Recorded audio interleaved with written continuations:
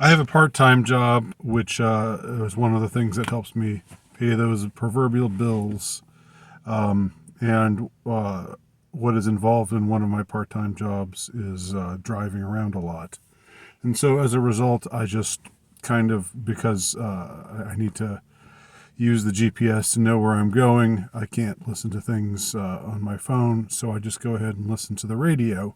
And I decided that, for the last few times I've been on the road, I decided I'd listen to popular music, like the pop music stations, the stations that are playing the music that's trendy right now, the music that's topping the charts right now. However, that's tabulated anymore.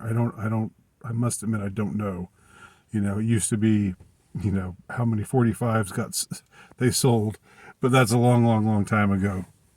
And I'm sure it's something having to do with streaming and whatnot. But anyway, the songs that I kept hearing over and over again provoked my interest, and I noticed a definite trend. And I want to comment a little bit on that. Now, obviously, this is an old geezer. This is a Gen X guy, way beyond, the demographic that this music is designed for. I'm aware of that. But I do sort of, from time to time, keep a handle on popular culture and what's going on and stuff. So here's just a few themes that I noticed. With female singers, it seems like it's just all about talking about how hot you are and how great you are and how you're God's gift to men, and you're not going to settle for just any man. And whoever gets you is really fortunate, really lucky, but that guy is going to have to keep proving himself to you to let you know that he is indeed worthy of you. This is the message we hear over and over again. Meghan Trainor seems to be all about every song of hers, and she's got a good voice, and her songs are catchy. So it's not like I just hate everything about her music, but there's something really irritating about this constant refrain of I'm so hot and you'd be lucky to have me, and especially when I don't want to get personal here, but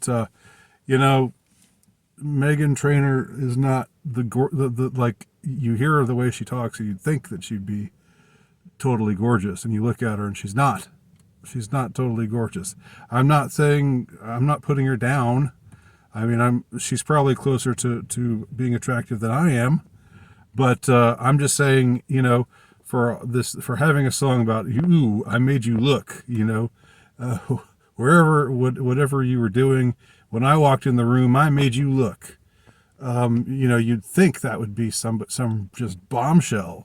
But it's just, sort of a girl who's maybe a 5 or so, maybe a 6 on a good day. I don't know.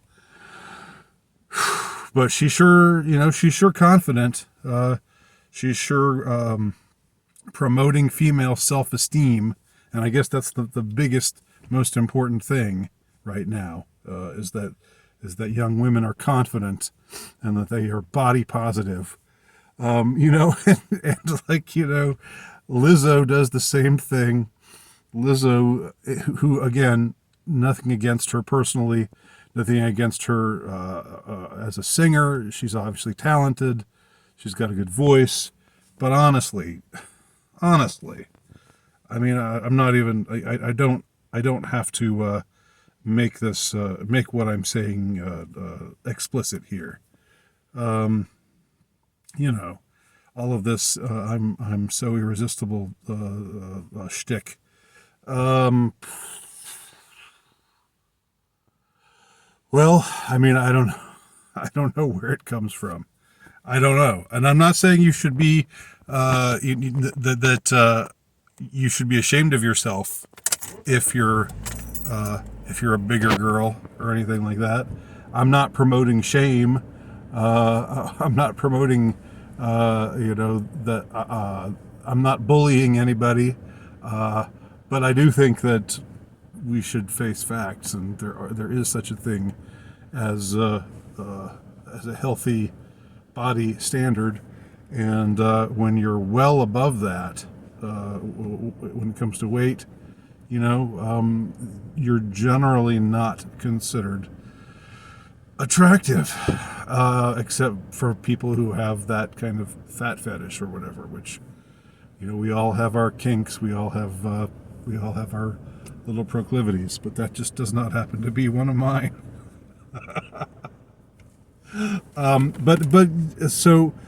So Meghan Trainor, Lizzo, and now there's this gal Lotto, which I wasn't even aware of. I'd heard her songs a few times, didn't know who she was, didn't know her name. So I looked her up just now, and she's like a normal sized girl, and I guess in some demographics she might be considered attractive. She doesn't really do it for me, but I don't really like the big booty and the 7-inch fingernail kind of look. It's just like, but again, it's the same damn thing. It's the same thing. Every song is about I'm the hottest girl out there. If you get me, you won the lottery. Cha-ching, cha-ching. I'd heard a couple songs about with her, and I didn't know that they were both by her. But it's all just her saying, I'm sexy and I know it. Just like that ironic song that was out in the 90s, or was it? It was a little bit later than that. Actually, that was the Zeros, wasn't it? I was thinking about the "I'm Too Sexy for My Shirt" song. I mean, you can't have that kind of attitude right now unless you're a female singer, and preferably a significantly overweight female singer. Although I like I said, Lotto seems to be within a healthy body range. Again, just not my type. Nothing personal, but I'm sure that I'm not her type either, because every song she sings, she sings about how, again, I'm the best. I'll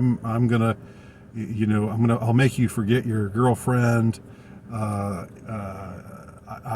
I'll be yours tonight, but it comes at a price, because you got to prove yourself to me. You got to show that you're worthy of me. Broke men to the left. Broke men to the left. That's what she says. That's a refrain. She don't want no broke man. No broke man for her. This shaming of poor men. This shaming of men who don't have a lot of dough, who don't have a lot of guap, who don't have a lot of green, who don't have a lot of cheese. Right? Like, why is that fly? Why is that allowed to fly? Why is that okay? Why is that okay? But saying, 300-pound women, 350-pound women, however big Lizzo is, are not generally appealing to men, and it's not a healthy weight to be. Whatever. Putting the whole attraction thing aside, we're not allowed to say that. That's bad. That's body shaming. We have to be body positive, at least when it comes to women. But it's perfectly okay to say, broke men, yeah, get out of here. You suck. We don't want you. That's all right. And whoever's self-esteem gets hurt by that, whoever's feelings get hurt by that, whoever feels worthless because of that, because they might be just some low wage earner or or whatever. Too bad, suck it up. You know, the double standards are not just